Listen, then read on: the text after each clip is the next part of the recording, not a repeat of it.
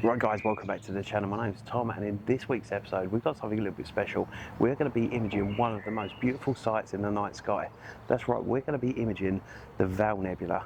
So if you're new to the channel, make sure you subscribe, give us a thumbs up and throw me a comment below for your chance to be in the giveaway for the ZWO EAF autofocuser. So let's go and have a look.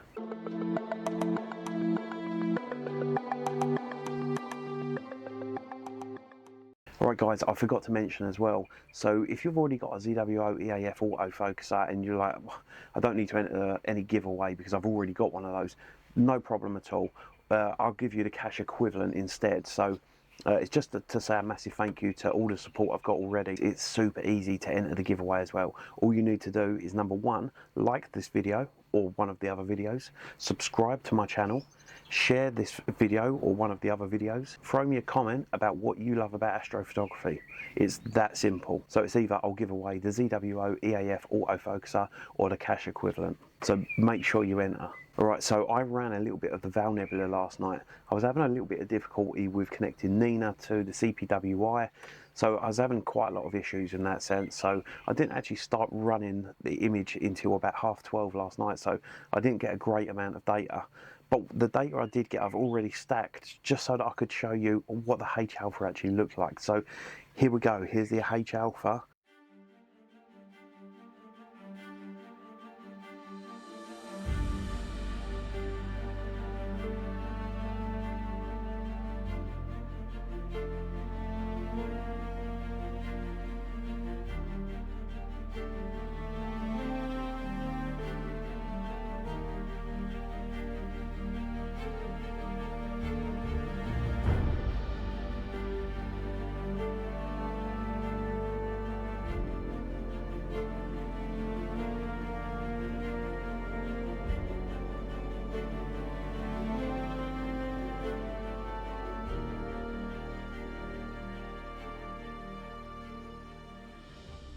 At the moment, because I have the issue with CPWI and Nina, what I'm doing is I'm actually going into Nina, connecting my camera, connecting my autofocuser, doing an autofocus, and then I'm having to go back into CPWI and just run it through that until I can just figure out what's the best solution, because the ASCOM is having some sort of conflict between CPWI and with Nina itself.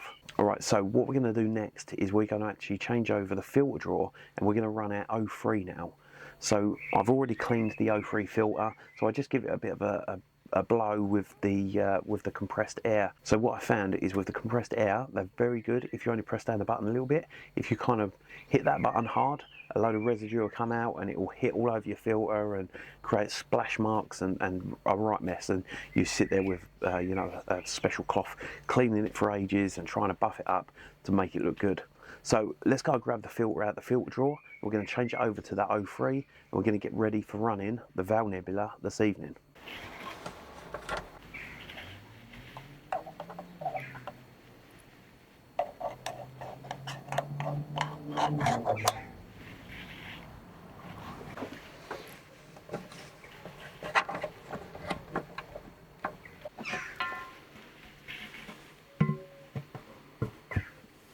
And there you go guys, that is how simple it is for me to change those filters over. Don't get me wrong, it would be great if I could use a filter wheel, and I have got a filter wheel, but that's for when I'm going to be putting the camera on the back of the telescope. With the Hyperstar, you can't use a filter wheel just because they're so bulky, it just wouldn't let enough light in. It'd be too much of an obstruction for actually letting light gathering in.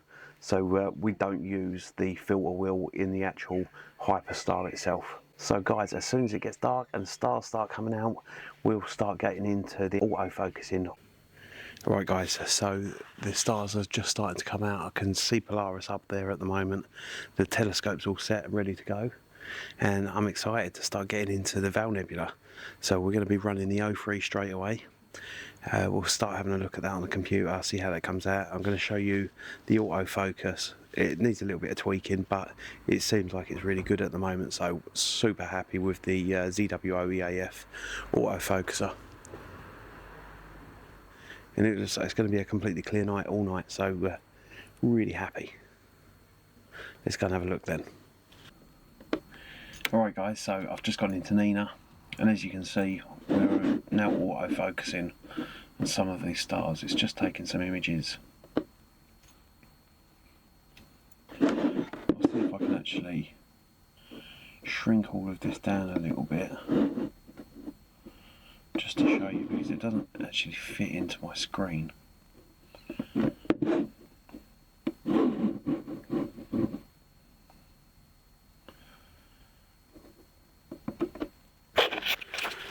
So you can see, right, here we go, we're on Nina, and we're just doing an autofocus at the moment. So all that is that we click down the bottom, just down here, and it will say autofocus. So we've started our autofocus, and now we're trying to get a V curve from what I know. To be honest with you, it's still very new to me, so I'm still learning a lot about it and what works and what doesn't work. So Nina at the moment isn't working because of the ASCOM issue. However, the autofocus seems to be working really well.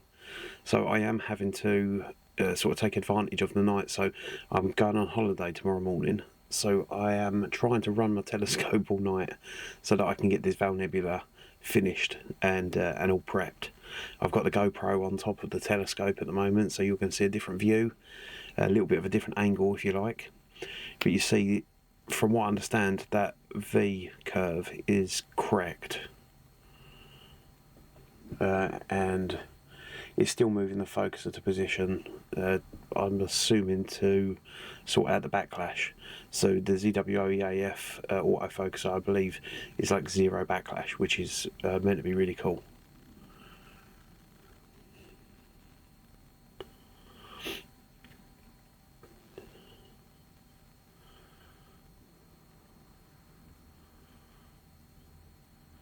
I mean, I've probably set it up all wrong. However, it worked really well last night, so I'm kind of hoping it's going to do this exactly the same tonight. We'll get some really nice focus on it. You can see the donuts at the moment.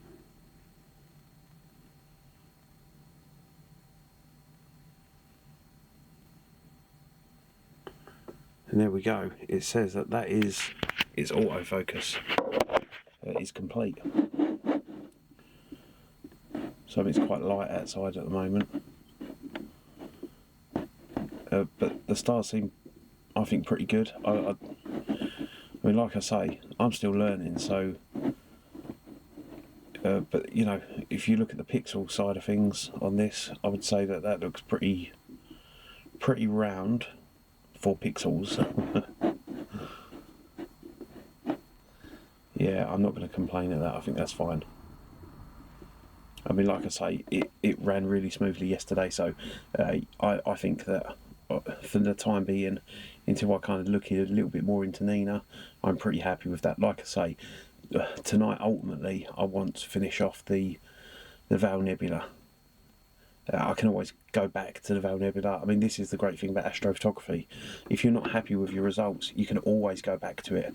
That's what I love about astrophotography, is I make so many mistakes all the time, but it's like, it doesn't matter, because the next clear night I can learn from those mistakes and make it even better. So that's why I love astrophotography so much. Alright, so I'm going to go and slew over to the target now, and hopefully we can frame everything up nicely and start getting some O3 data. So I'll talk to you soon.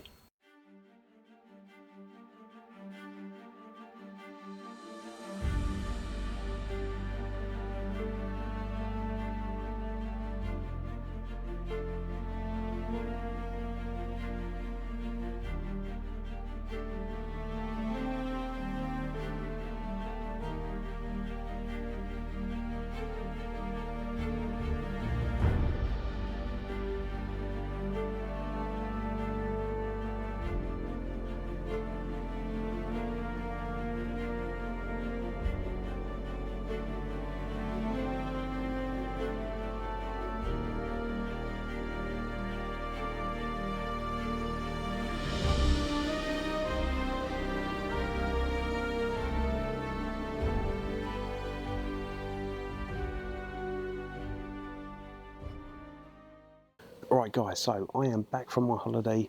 Just beforehand we was running the O3 data from the Veil Nebula, and I was hoping that I was going to get onto the S2. However, I ran out of time and I didn't want to sort of compromise the quality of the end image, so I thought I'd wait until I got back from my holiday, hope that the weather was going to be clear, and then we would get onto the S2.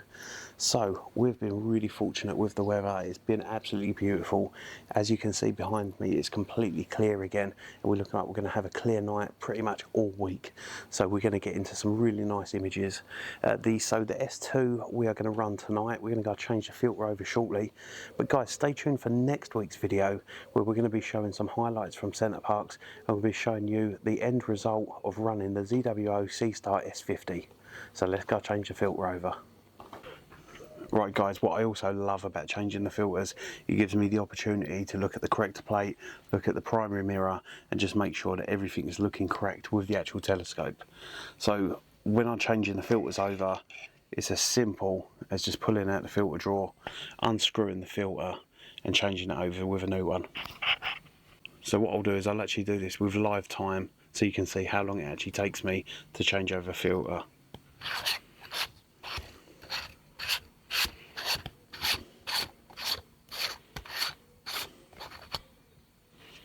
Okay, so there you go, filters off.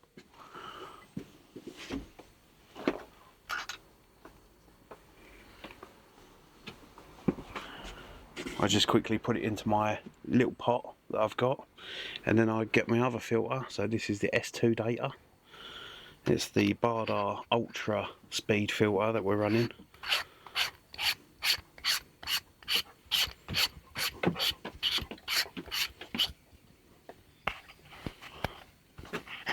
And there you go guys, that is it.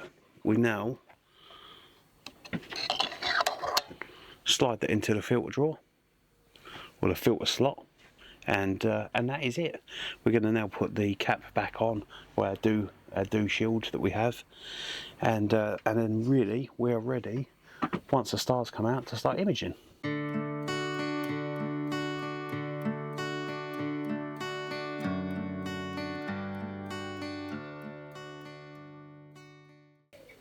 And there you go guys, the telescope's all ready to run.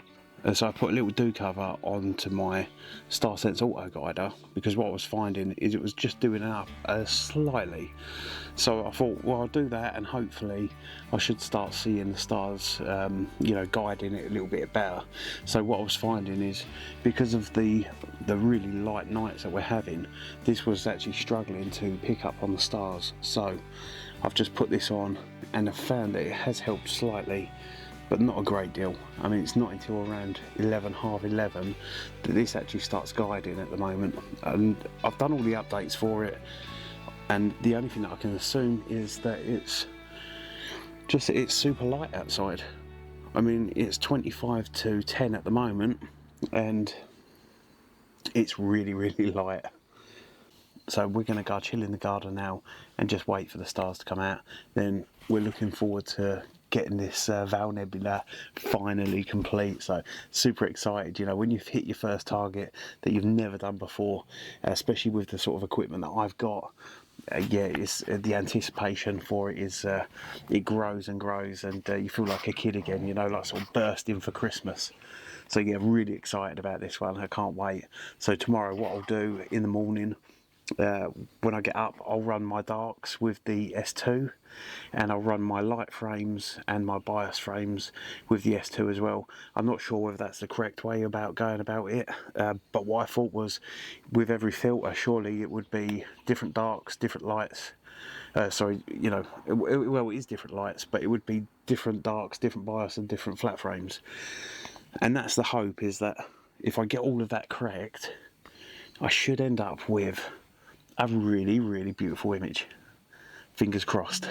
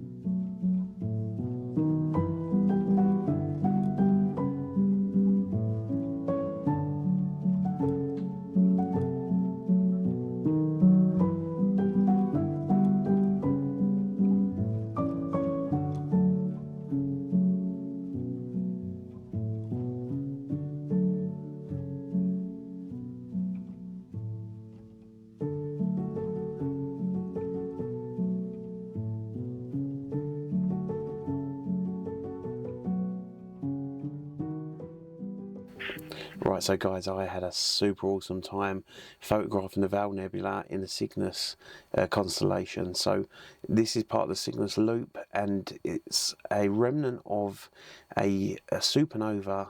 So it was about 20 times larger than our sun when it exploded around 10,000 to 20,000 years ago. And these are what the remnants actually look like now. So over time, they've spread out, and these are the gases that have been left behind. So check out my image, tell me what you think in the comments, and until next time guys, clear skies.